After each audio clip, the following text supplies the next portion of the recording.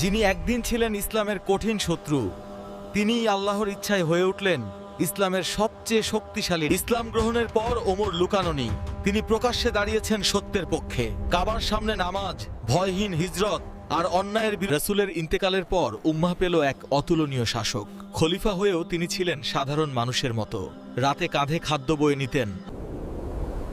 আরবের রুক্স মরুভূমিতে জন্ম নিয়েছিল এক কঠিন হৃদয়ের মানুষ, যার নাম শুনলেই কেঁপে উঠত শত্রুদের বুক। তিনি ছিলেন কুরাইশ গোত্রের সাহসী যোদ্ধা, নির্ভীক ও কঠোর।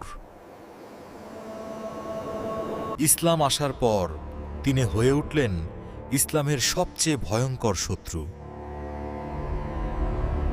একদিন তিনি সিদ্ধান্ত নিলেন সবকিছুর শেষ করবেন আজই।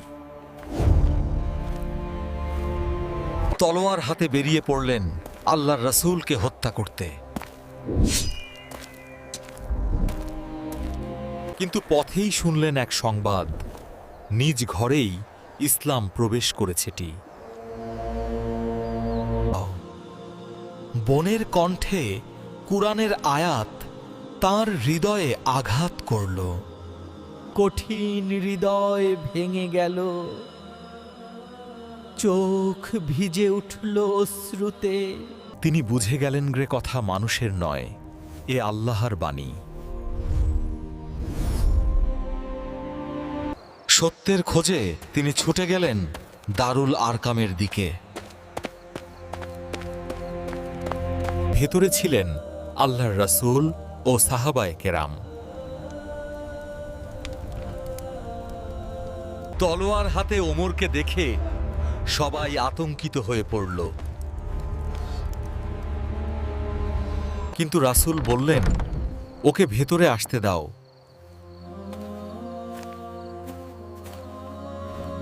হারবে। সেই মুহূর্তেই ওমরের হৃদয়ে সত্যের আলো প্রবেশ করল।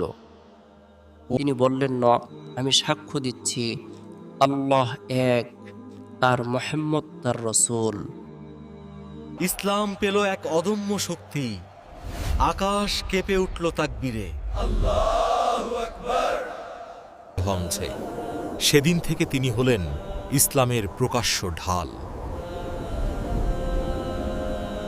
তিনি প্রশ্ন করলেন, আমরা কি সত্যের উপর নই? রাসূল বললেন, হ্যাঁ। তখন ওমর বললেন, তবে লুকাবো কেন? সেদিন ওমর সিদ্ধান্ত নিলেন, ইসলাম লুকিয়ে নয়, প্রকাশ্যে।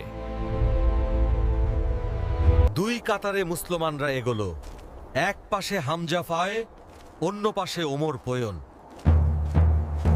কাবা প্রাঙ্গণে প্রথমবারের মতো প্রকাশ্যে নামাজ আদায় হল। কুরাইশ বিস্ময়ে হতবাক, ভয় আর সাহস মুখোমুখি। সেদিন ওমর পেলেন উপাধি আল ফারুক, কারণ তিনি সত্য ও মিথ্যার মাঝে স্পষ্ট রেখা টেনে দিয়েছিলেন। নির্যাতনের দিনগুলোতেও তিনি ছিলেন মুসলমানদের ঢাল।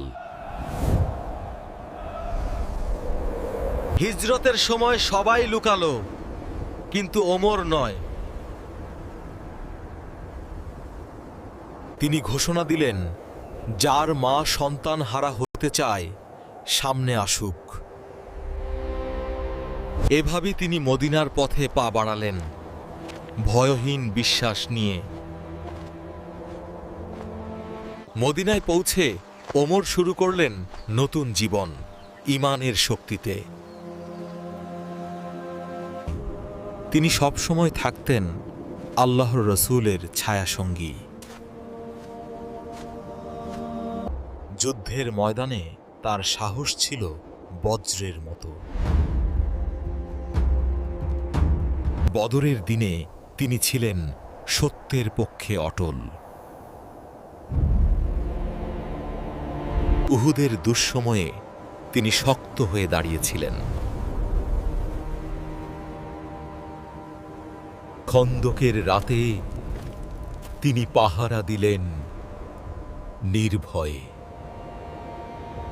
ওমরের পরামর্শে নাজিল হতো বহু হুকুম। ন্যায় ও সত্যের প্রশ্নে তিনি ছিলেন আপোষহীন।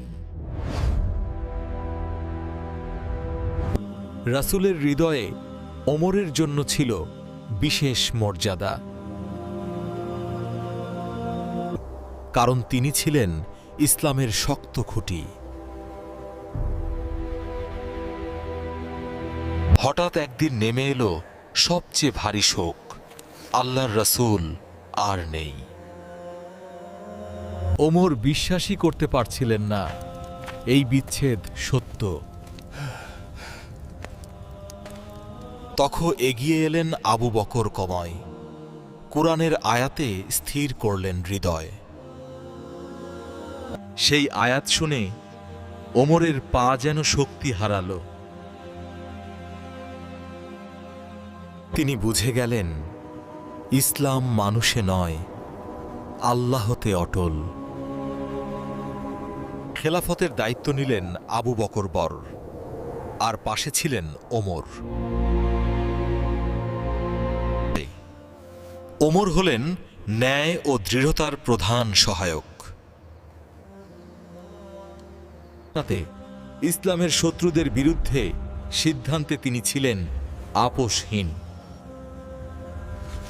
আবু বকর বুঝে যাওয়া গিয়েছিলেন এই মানুষ একদিন উম্মাহকে নেতৃত্ব দেবে। আর সেই দিনটি ধীরে ধীরে এগিয়ে আসছিল। শাহাদাতের মাধ্যমে শেষ হলো এক ন্যায়ের যুগ, কিন্তু আদর্শ রয়ে গেল চিরকাল।